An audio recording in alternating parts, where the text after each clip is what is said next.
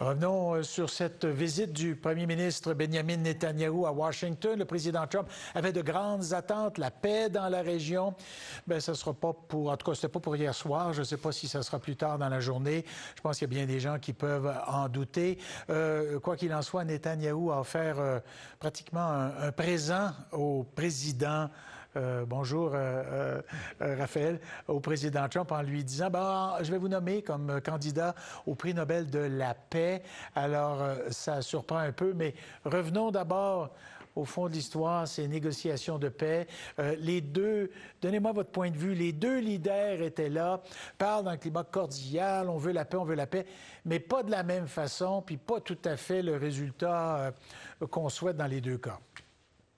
Absolument. D'abord, Marc-André, peut-être un petit mot très rapide sur la question du prix Nobel de la paix, parce que ça va faire sourciller évidemment bien des gens. Il faut réaliser que, sans nier que ça peut avoir une importance symbolique, le fait de mettre en nomination quelqu'un, ça ne donne pas nécessairement grand-chose. Le meilleur parallèle, le meilleur exemple que je peux vous donner ce matin, c'est que dans les années 2000, on parle du Moyen-Orient, là, George W. Bush, qui avait lancé, doit-on le rappeler, non pas une, mais deux guerres dans la région, en Afghanistan et en Irak, s'était vu lui-même nommé. Il n'avait jamais gagné, mais avait été mis en nomination pour un prix Nobel de la paix. Ça a l'air fou à dire, mais ça en demande peut-être un peu moins que ce qu'on pourrait croire de l'externe pour obtenir une nomination au prix. Donc ça, c'est la première chose que je voulais dire d'emblée.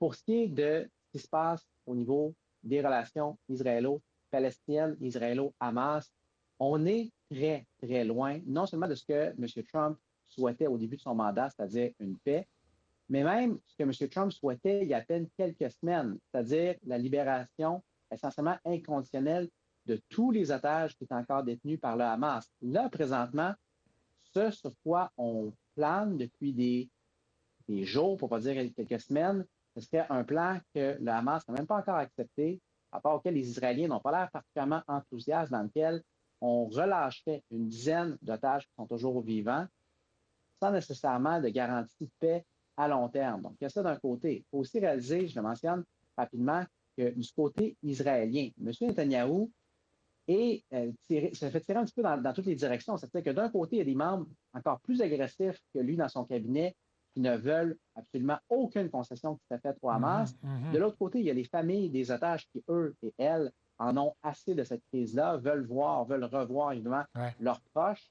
Et évidemment, vous avez le géant américain qui, lui, pousse de son côté pour qu'on arrive à une sorte de cessez-le-feu. Donc, dans tous les cas, on est très, très loin de la paix et de la stabilité dans la région. Bon, et si on vient au prix Nobel là, de la paix, cette question-là, parce que vous l'avez abordé tout de suite, là, je veux revenir là-dessus. Est-ce que c'est encore de la négociation? Vous savez, les Britanniques invitent Trump au palais de Buckingham pour une rencontre avec le roi.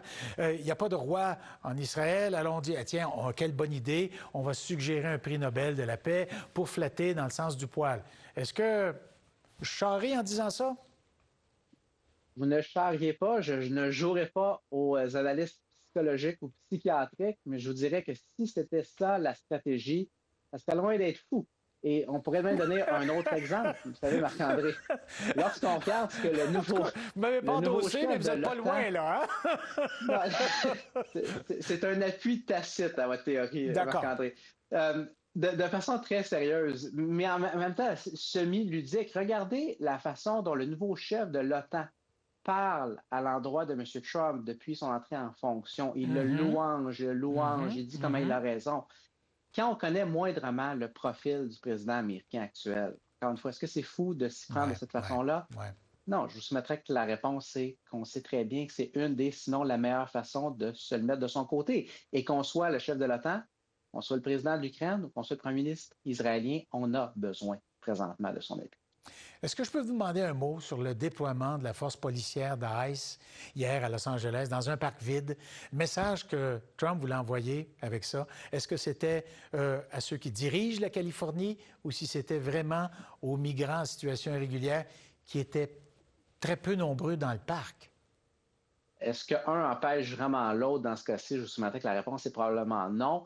Une fois que ça s'est dit, peut-être en terminant 2 points très rapides. Le premier, c'est qu'au niveau de l'opinion publique, largement, les Américains sont encore derrière le président sur la question de l'immigration. Il a perdu quelques plumes, il est plus populaire sur cet enjeu-là sur les autres. C'est pas pour rien qu'il se permet des manœuvres de la sorte. Pardon, ça, c'est une chose. Dernière chose, et ça va peut-être mettre un bémol à ce que je viens de mentionner, son responsable de la sécurité frontalière, M. Roman, disait il y a quelques heures en entrevue qu'on devrait expulser 7000 migrants par jour seulement pour, et là c'est son expression, là, se débarrasser de tous ceux qui sont entrés de façon illégale pendant la présidence Biden. Je ne vous dis pas que c'est ce qu'ils vont faire, je vous dis simplement que si on commence à y aller de façon aussi agressive que ça, là, il va vraiment falloir suivre l'opinion publique parce que c'est loin d'être sûr qu'elle va suivre comme c'est le cas depuis les 6 derniers mois. Oui, en tout cas, on devra suivre ça, effectivement. Merci beaucoup, Raphaël, d'avoir été disponible. À la prochaine. Merci. Au revoir.